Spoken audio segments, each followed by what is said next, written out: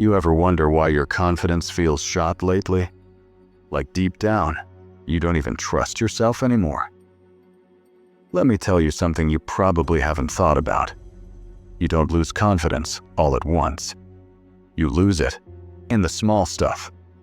Every time you choose comfort over effort, every time you say later to something important, you're not just being lazy.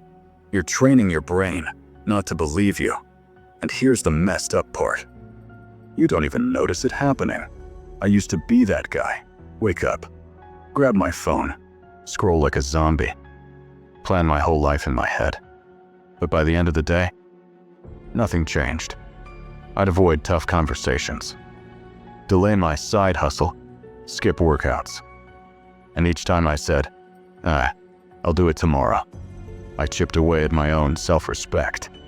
Here's the truth. Confidence isn't some magical trait. It's not just for extroverts or people who have it all figured out. Confidence is a result. It's what happens when your actions finally match your intentions. That's it. Now think of confidence like a fuse. Every time you do what you said, you do even something small, you light it up. But when you break promises to yourself, you're pouring water on that fuse. And eventually, you don't just lose confidence, you lose momentum. You stop trying. So, how do you fix it? You don't need beast mode. You don't need a 5 a.m. routine or cold plunges. You just need to start. Tiny. Like, embarrassingly small. Get out of bed when your alarm hits. Say no to one thing you don't want to do. Cross off just one task today. That's how you stack micro wins. That's how you retrain your brain to believe, yo, I actually follow through now. And when you do that, you stop freezing in public. You speak with more certainty. You stop overthinking everything.